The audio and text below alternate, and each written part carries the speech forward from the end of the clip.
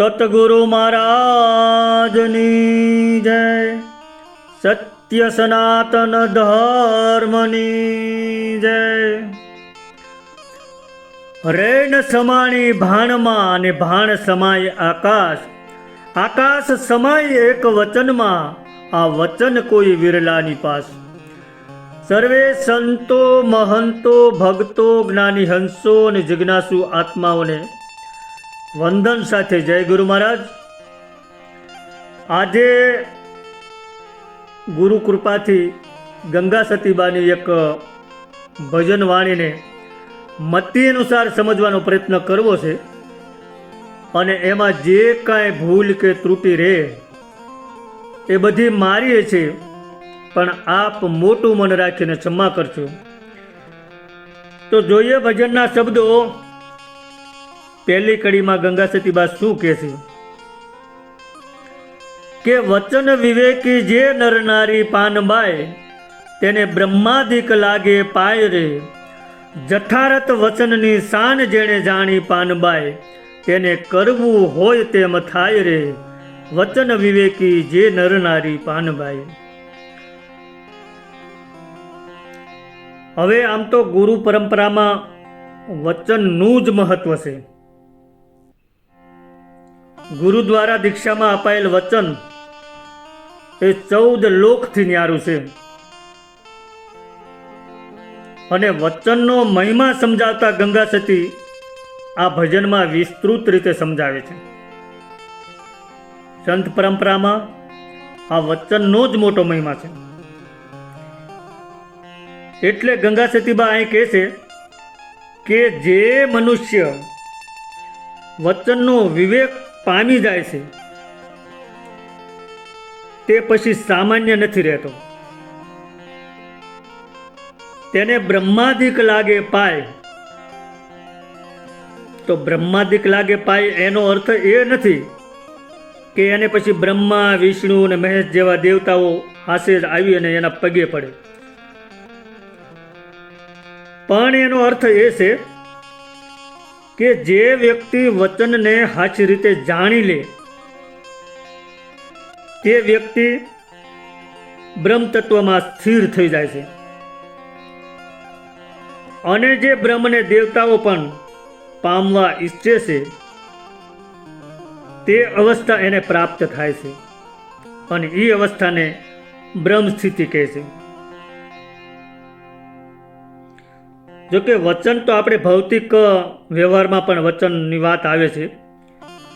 ભૌતિક વ્યવહારમાં આપણે એકબીજા સાથે વચનથી બંધાઈએ છીએ, અને તે વચનને પણ જો કોક ઠોક કરીએ, એ વચનને ઠોક કરીએ તો વ્યવહાર ન હાલે. બોલ્યા પછી બીજું બોલે તો વ્યવહાર હાલે નહીં. તેમ અસ્તિત્વમાં એક એવી સ્થિતિ છે કે જે નિત્ય છે, અવિચળ છે, અને એના આધારે સમગ્ર સૃષ્ટિનો વ્યવહાર હાલે છે. એક એવી પણ સ્થિતિ છે કે જે અનિત્ય છે, પરિવર્તનશીલ છે.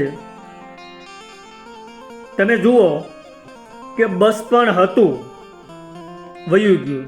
જુવાની હતી, વહી ગઈ. સંબંધો હતા, પૂરા થયા. પૈસો ટકો હતા, આ બધું હતું પણ ચાલ્યું ગયું.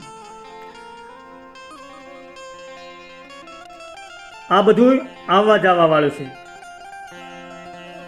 આ જે સ્થિર અને અસ્થિર અથવા તો નિત્ય અને અનિત્યનો ભેદ પારખી શકે ને, એને વિવેકી કીધા છે. વિવેકી એટલે જાગ્રત પુરુષ, પારખ દ્રષ્ટિવાળો પુરુષ, જે નિત્ય અને શાશ્વતને પકડે અને અનિત્ય અને નાશવંતને છોડે, એનું નામ વિવેકી. પણ હવે આપણી હાલત તો ઉલટી છે. કેવી રીતે? કે જે નિત્ય છે એને પકડતા નથી, અને જે અનિત્ય છે એની પાછળ દોડીએ છીએ. કારણ કે માણસ બહાર સુખ શોધે છે. શેમાં? તો કે પૈસામાં, નોકરીમાં, ધંધામાં, સ્ત્રી કે પુરુષમાં કે મોટર ગાડીઓમાં આ રીતે બહાર સુખ શોધે છે. પણ આ જે બધા સુખ છે એ બધા સુખ આભાસી સુખ છે. આભાસી સુખની પાછળ માણસ ગમે એટલો દોડે પણ આખરે કાંઈ મળતું નથી. એ મૃગજળની પાછળ દોડવા જેવી આ વાત છે. એમાં જેટલા આગળ દોડો તેટલું મૃગજળ દૂર ને દૂર જતું જાય, એ ક્યારેય પકડાય નહીં. એવા ભૌતિક સુખ છે, એવા સંસારના સુખ છે. અને જે વાસ્તવિક સુખ છે, શાશ્વત સુખ છે, એ આપણી ભીતરમાં છે. બહાર તો એનું પ્રતિબિંબ માત્ર છે. આ વાતનો જેને બોધ થઈ ગયો છે ને એને વચન વિવેકી કીધા છે. વચન વિવેકીને ખ્યાલ આવી જાય છે કે વાસ્તવિક સુખ જોઈતું હોય તો એ ભીતરમાં છે. પણ મનુષ્ય કસ્તુરી મૃગની માફક બહાર દોટું દે છે. જે ગુરુ વચનને માત્ર સાંભળે જ નહીં પણ ભીતરમાં અનુભવ કરે તે વચન વિવેકી. આ વચન વિવેક એ બ્રહ્મ પ્રાપ્તિનું દ્વાર છે.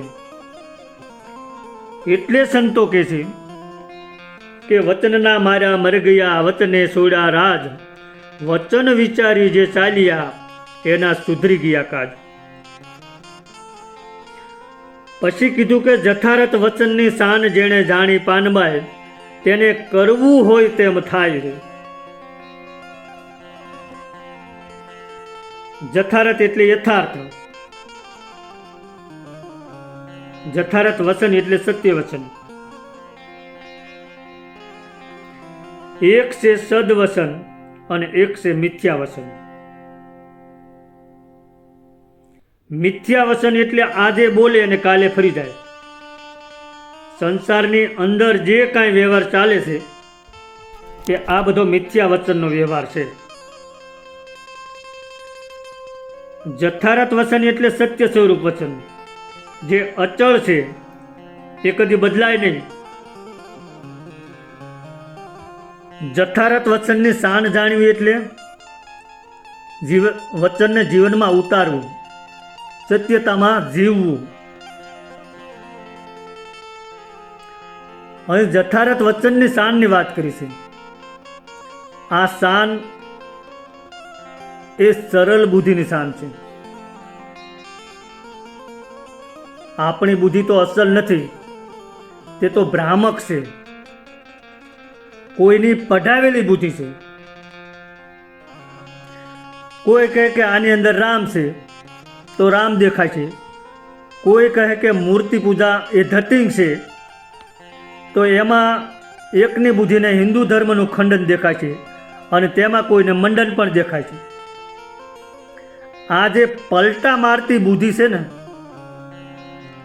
એ પટાવેલી બુદ્ધિનો કહેવી તો બીજું શું કહેવું એને.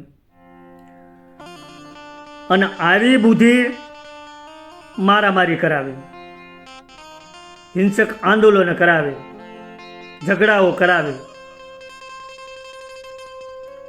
અને વળી માત્ર વ્યવહારમાં જ નહીં પણ ધર્મ સંપ્રદાયમાં પણ આમ જ છે. અને એટલા માટે ગંગા સતીબા કહે છે કે આંખ ઉઘાડીને યથાર્થ વસ્તુની, અસલ વસ્તુની શાન જાણી લ્યો. આ વચનની શાન જાણવી એટલે ગુરુના શબ્દને માત્ર સાંભળવો જ નહીં પણ એને અનુભવમાં ઉતારવો અને એ પ્રમાણે જીવવું. પછી કીધું કે તેને કરવું હોય તેમ થાય. તો હવે કરવું એમ થાય એનો અર્થ એવો નથી કે કોઈ ચમત્કાર થાય અને જે પોતે ધારે તે પ્રમાણે થાય, જે કરવું હોય તે થાય, એવો અર્થ નથી. પણ અર્થ એવો છે કે પછી ઈશ્વરની ઈચ્છા સાથે એકરૂપ થઈ જાય છે. પછી જે થાય છે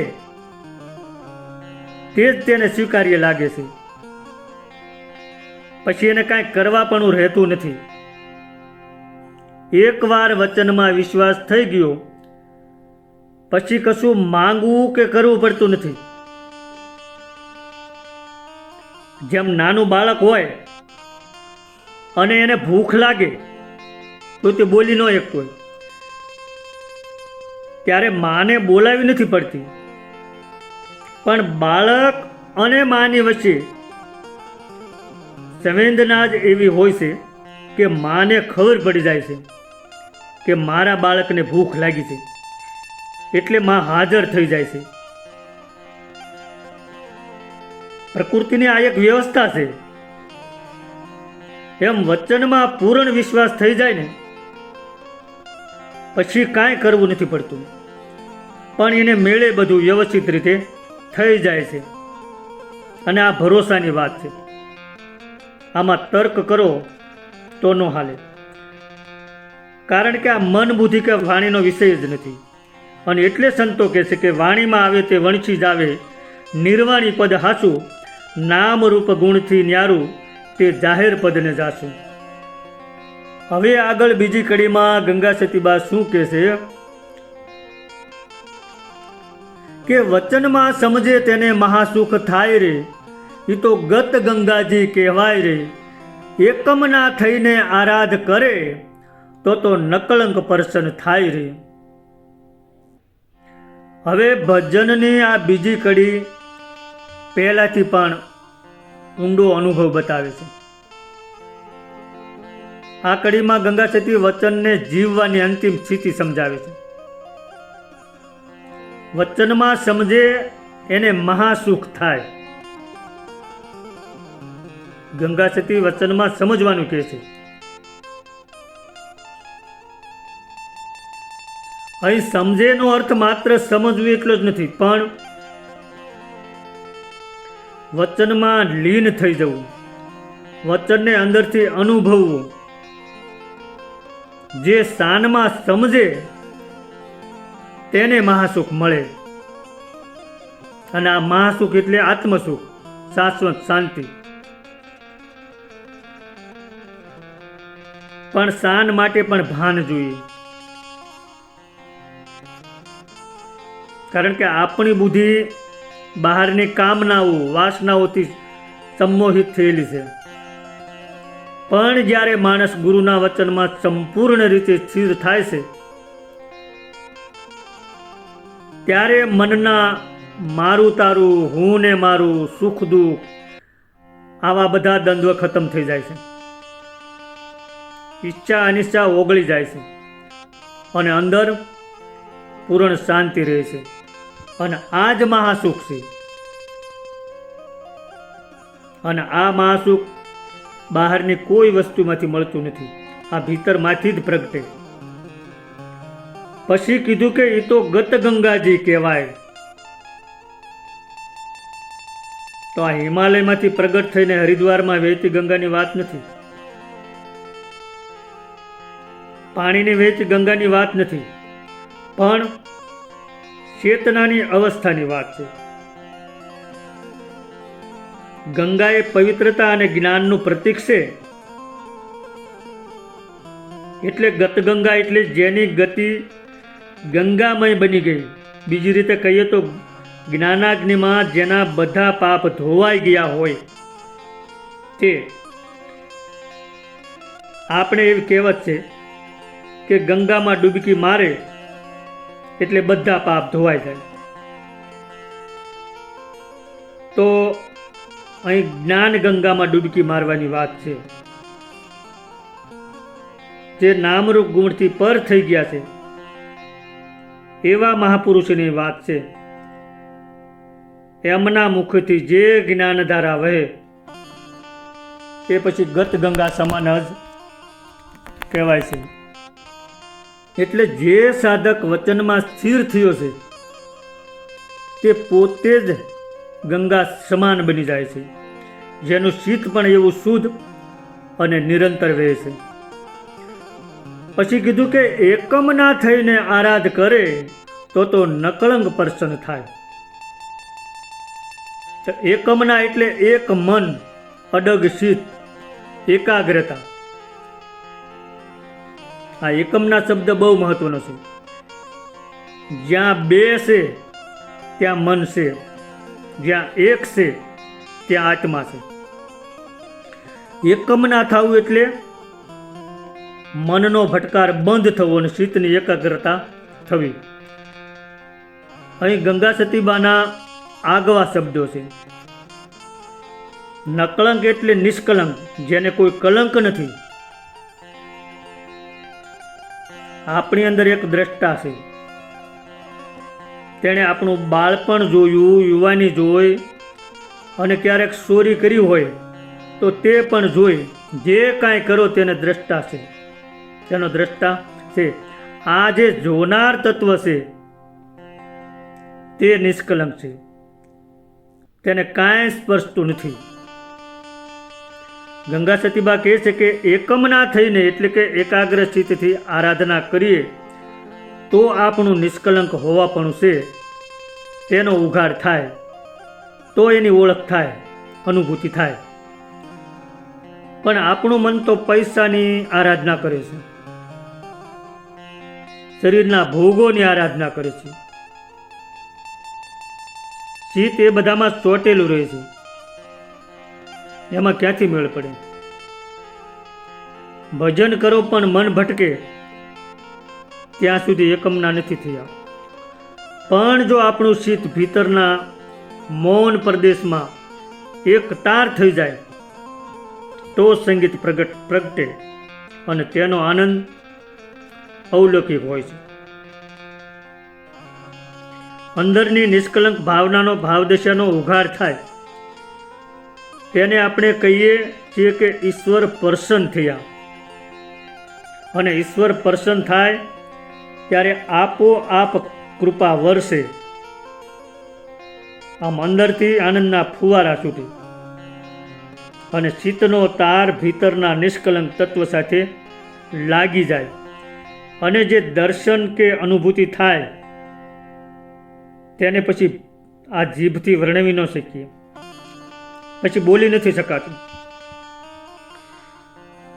નકળંક પર્સન થાય એટલે પરમાત્મા ક્યાંય બહારથી આવતો નથી, અંદર પ્રગટ થાય છે. જ્યારે કામ, ક્રોધ, મદ, લોભ, મોહ, મત્સર આ બધું દૂર થાય, ત્રિગુણી માયાના બંધનો અને બીજા આવરણો બધા દૂર થાય ત્યારે નકળંક પ્રગટ થાય છે. હવે આગળ ત્રીજી કડીમાં ગંગા સતીબા શું કહે છે કે વચને થાપ ને વચને ઉથાપ પાનબાય, વચને મંડાય જોને પાઠ રે, વચનના પૂરા તે તો નહીં રે અધૂરા, વચનનો લાવો જોને ઠાઠ રે. હવે ભજનની આ ત્રીજી કડી તો વચનની શક્તિને ખૂબ જ સીધી અને પ્રયોગાત્મક રીતે બતાવે છે. જગતમાં 3 પ્રક્રિયા હર ક્ષણે થઈ રહી છે. એક છે ઉત્પત્તિ, બીજી છે સ્થિતિ અને ત્રીજી છે લય. આને બીજા શબ્દોમાં કહેવું હોય તો સર્જન, પાલન અને વિસર્જન. આપણે તેનો સીધો અનુભવ કરી શકતા નથી, કારણ કે ચિત્ત છે એ ભ્રાંતિમાં અટવાયેલું છે. એક નાનકડા બીજમાંથી અંકુર ફૂટે ત્યારે લાગે કે સર્જનનું કામ થયું. પછી એને કાળક્રમે વૃદ્ધિ થાય, ડાળ, પાંદડા, ફૂલ, ફળ આવે ત્યારે આપણને વિકાસ થયો લાગે. ને પછી ધીરે ધીરે ધીરે ધીરે એ ગુમ પણ થઈ જાય. પછી આપણે કહીશું કે વિસર્જન થયું. આ આખી પ્રક્રિયા ઉત્પત્તિ, સ્થિતિ અને લયની થઈ. હવે આમાં આપણને કઈ બાબતની ખબર પડે ખરી?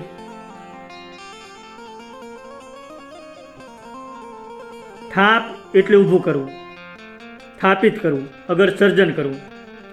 ઉથાપ એટલે દૂર કરવું, ઉખેડી નાખવું, વિસર્જન કરી નાખવું. એટલે કહેવાનું તાત્પર્ય એ છે કે માણસમાં બે સ્તર છે, ખોટું અને હાસું.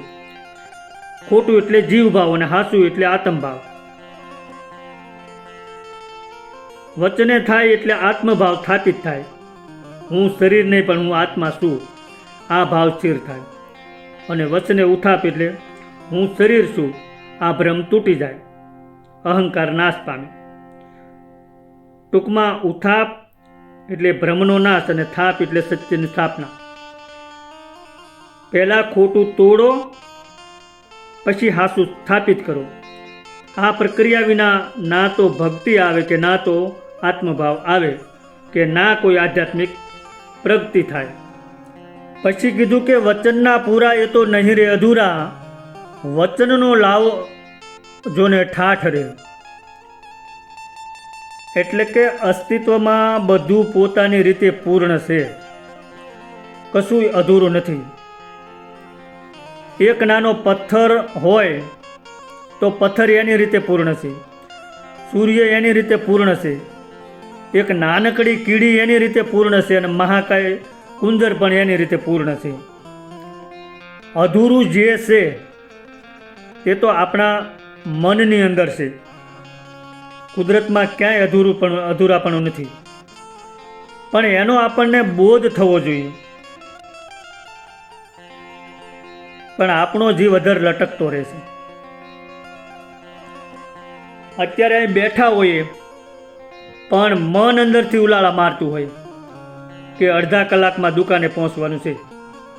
એટલે કે અહીં બેઠા છીએ એમાંય પૂર્ણતા નથી. પરંતુ જેણે વચનની સ્થિતિ પ્રાપ્ત કરી લીધી છે તે જ્યાં પણ હોય, જેમ પણ હોય, પણ તે પૂરા હોય, અધૂરા ન હોય.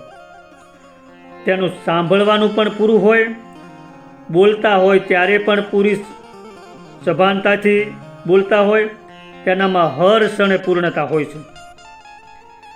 જ્યારે આપણી સ્થિતિ એવી છે કે ક્યારેક પૂરા હોતા જ નથી. જે કરીએ તે બધું જ અધૂરું.